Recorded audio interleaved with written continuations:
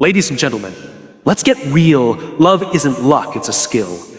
And just like leadership, communication, or any craft we hope to master, love demands intention, discipline, and self-awareness. Most people believe relationships fail because of incompatibility, timing, or misaligned goals. But more often than not, relationships break because we were never taught how to succeed in them. No one gave us a manual for how to be great at love. So today I want to talk about the skills, yes, the real learnable skills that form the foundation of healthy romantic relationships. Love is one of the most powerful forces in our lives, yet most people enter relationships with little clarity about why they're doing it in the first place. They fall for chemistry, charm, or connection, and while those things are meaningful, they're not enough to sustain something lasting.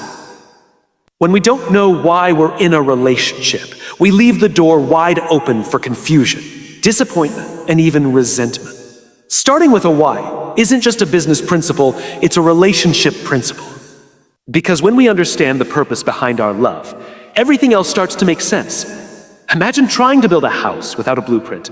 You might have all the material, the bricks, the wood, the tools, but if you don't know what you're building, it'll collapse. The same is true for love.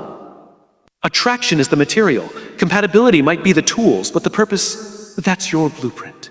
When both partners know the deeper reason for being together, it shapes the direction of their decisions, the way they handle conflict, and the level of commitment they're willing to bring to the table. A relationship without purpose becomes reactive. We start blaming the other person for not meeting needs. We never communicate. We expect them to fulfill roles we never defined. We want them to make us happy without ever understanding what happiness means to us in the context of partnership. But when we know our why, we move from reaction to intention. Instead of saying, "Oh, why isn't this working?" we ask, are we living in alignment with why we chose each other in the first place? Knowing why you're in a relationship also makes you stronger during hard times. Because let's face it, there will be hard times. Even the best relationships face conflict, miscommunication, or distance. Without a strong purpose, those challenges feel like reasons to give up. But with purpose, they become opportunities to grow. You're not just fighting for a feeling, you're fighting for something bigger. Maybe your why is to build a family, to grow emotionally, to support each other's missions, or simply to become better people together than apart. That clarity acts as your anchor when the storm hits. Crib when the storm hits. But purpose isn't static. It's something you revisit and refine as your relationship evolves. What started as a relationship based on mutual healing might grow into one centered on shared ambition or spiritual alignment. It's okay. The point is that you keep asking the question. You keep choosing each other for a reason. And when both people do that, the relationship has direction. It has roots. It's not swayed by every new challenge or temptation. It's grounded in something deeper than the moment. This doesn't mean love should be rigid or overly strategic. Purpose isn't about control. It's about clarity. It's about having a guiding compass so that both people know where they're headed and why they're walking the path together. It doesn't strip away the romance. It gives it depth. Spontaneity means more when it's grounded in meaning. Sacrifice feels less like a loss and more like a contribution to something shared. So before asking, do they make me feel good? Ask, why are we doing this? Before committing your time, your body, your heart, you ask, what are we building? And don't be afraid of that question. Because the couples who last, the ones who grow stronger with time, are the ones who know why they chose each other. And they keep choosing each other on purpose, not by accident. When you start with a win, love becomes more than a feeling. It becomes a mission, a commitment. A meaningful journey with someone who wants to walk it beside you. Not because they need to, but because they've chosen to with intention.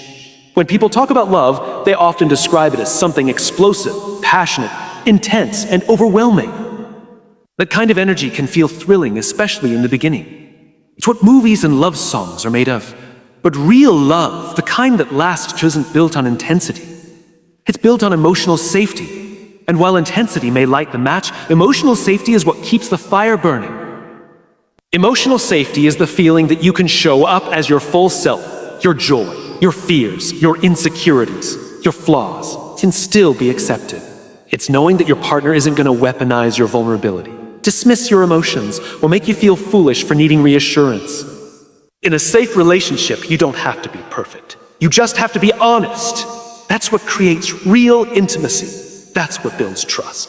And that's what allows two people to grow together instead of apart. The problem is we often confuse intensity for love. We believe that butterflies in the stomach, obsessive thoughts, and emotional roller coasters are signs of deep passion. But those feelings are often symptoms of anxiety, not connection. Intensity can be addictive. It keeps us chasing highs. It thrives on unpredictability. But love, true love, isn't unpredictable chaos. It's stability. It's comfort. It's a steady presence that says, you are safe with me, and a relationship built on emotional safety. You're not afraid to bring up difficult topics. You don't walk on eggshells or pretend to be okay when you're not. You know that disagreement doesn't mean disconnection. You know that expressing hurt won't lead to abandonment. You know that your partner cares more about understanding you than being right. That creates space for authentic communication, where both people feel heard, valued, and respected. Emotional safety also allows for growth. In a safe environment, you can challenge each other in healthy ways. You can have hard conversations without destroying the connection.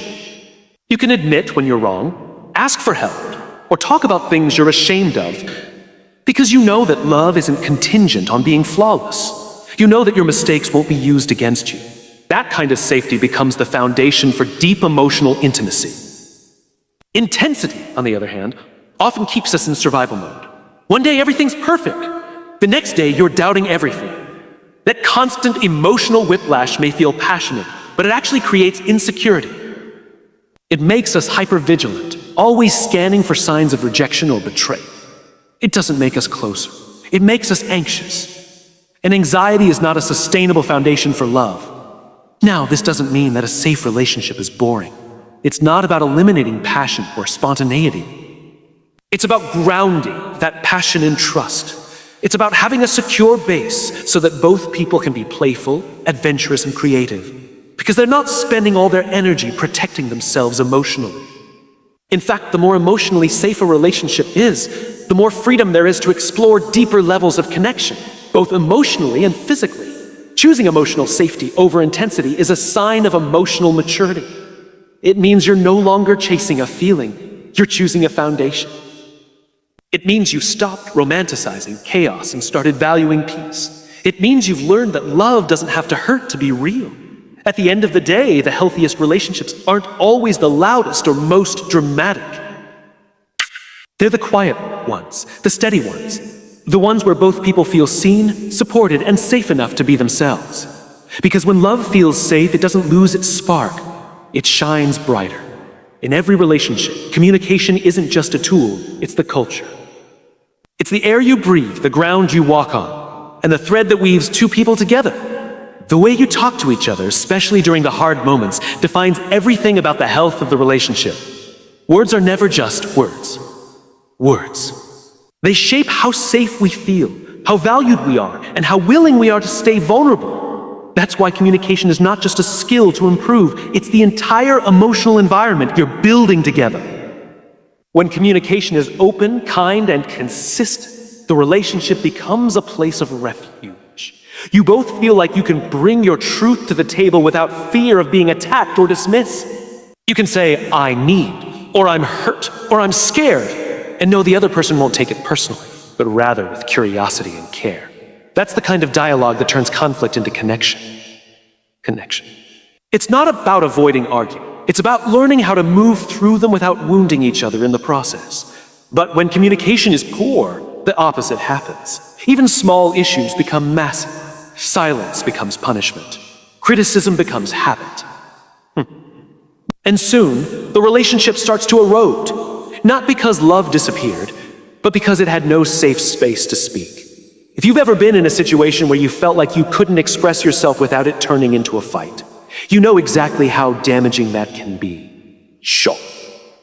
You start to hide things, not out of deceit, but out of self-protection. That's when emotional distance begins. Healthy communication doesn't mean you always agree. It means you've created a culture where disagreement doesn't turn into disrespect. It means you've both agreed, either implicitly or explicitly, that the relationship matters more than being right. You choose understanding over ego.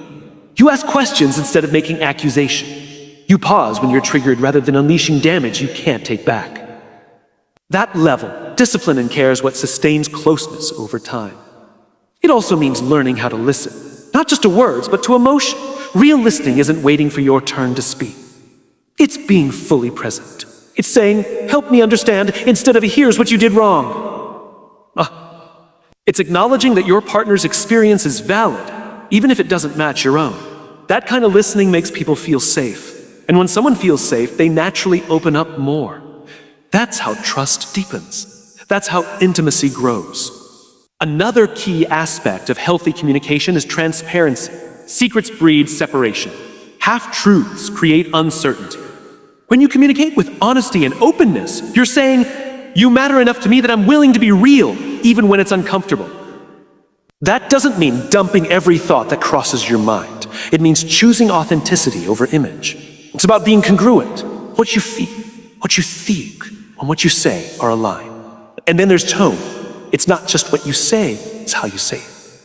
Sarcasm, passive aggression, contempt, these are all forms of emotional erosion. They chip away at connection until resentment sets in. But when your tone communicates respect, even hard conversations can bring you closer. You learn to approach with love, not judgment. You create an environment where both people feel like they're on the same team, even when they disagree. The truth is, you can't build a strong relationship on attraction alone. Attraction fades, passion fluctuates, but the way you communicate, that's what sets the tone for everything. That's the culture. Once established, either strengthens or weakens the relationship every single day. If you want a love that lasts, pay attention to how you speak to each other. Not just during the easy times, but especially during the difficult ones. Because the quality of your communication reflects the quality of your connection. And if you nurture one, the other will flourish. Accountability is often seen as a harsh word, something associated with blame, guilt, or discipline. But in a healthy romantic relationship, accountability is actually one of the most powerful expressions of love. It's not about pointing fingers, it's about holding up a mirror. It's the practice of saying, I recognize how my actions affect you, and I care enough to take responsibility. That's not weakness, that's maturity. And more than that, it's love in action. In relationships, we all make mistakes. We say things we don't mean. We forget to show up when it matters. We shut down when we should open up. That's human. What separates strong, lasting partnerships from ones that fall apart isn't whether mistakes happen. It's what happens after. When someone steps up and owns their part in the conflict, when they say, that's on me, I was wrong, it instantly shifts the emotional climate. It turns tension into trust. It signals that the relationship matters more than pride. Accountability isn't about being perfect. It's about being honest. It's saying, I didn't communicate clearly, or I hurt you, even if I didn't mean to, or I broke a boundary that you trusted me with. These are hard truths, but they're necessary, because love without accountability becomes chaos. It becomes a cycle of hurt and apology with no real change. That's how resentment builds. That's how people start to feel unsafe. What many people don't realize is that avoiding accountability doesn't protect the relationship. It poisons it. When someone refuses to acknowledge their role in a problem, it forces the other person to carry the emotional weight of the issue alone. It creates imbalance. Over time, it sends the message that one person's feelings are valid and the others are a burden. That's not love. That's self-preservation at someone else's expense. Taking accountability also builds credibility. It shows your partner that your words mean something, that when you say you care, you back it up with action. Apologies, when they're sincere, are powerful. But they're only meaningful when they're followed by behavior that reflects real growth. Saying I'm sorry without change is manipulation.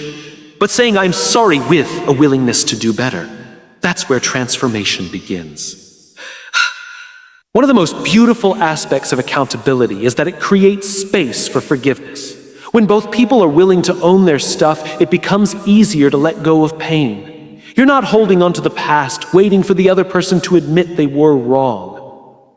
You're working together to clean up the mess, to heal, and to grow forward. That mutual effort strengthens the relationship in ways that apologies alone never could. It also sets a powerful example. When one partner consistently takes ownership of their actions, it invites the other to do the same. It creates a culture of emotional honesty where mistakes aren't feared. They're faced, where growth is expected, not avoided, where love isn't just spoken, it's demonstrated. Accountability, at its core, is a declaration. I am willing to be seen. I am willing to be seen. I am willing to learn. I am willing to change. That's what makes it so meaningful, because love isn't just about how you feel in the good moments. It's about how you behave in the hard ones. It's about taking responsibility not because you have to, but because you want to. Because you know that the relationship is worth more than your ego. So if you truly care about someone, show it by being accountable. Not just when it's easy, but especially when it's hard. Because in the end, love isn't just words. It's how you show up. It's how you repair. It's how you grow. Accountability isn't just something you do. It's something you live. And when you live it, you don't just say you love someone. You prove it. In a healthy romantic relationship, closeness is beautiful, but space is sacred. Love does not mean merging into one identity or sharing every single thought and moment. It means honoring the fact that two individuals are choosing to walk together while still maintaining their own separate wholeness. Respecting the space between two people isn't about distance. It's about freedom. Good. It's about acknowledging that the healthiest love grows not from control, but from mutual respect and autonomy. When two people come together, there's a natural pull toward connection. You want to spend time together, share your world, and become a meaningful part of each other's lives. That's the beginning of intimacy.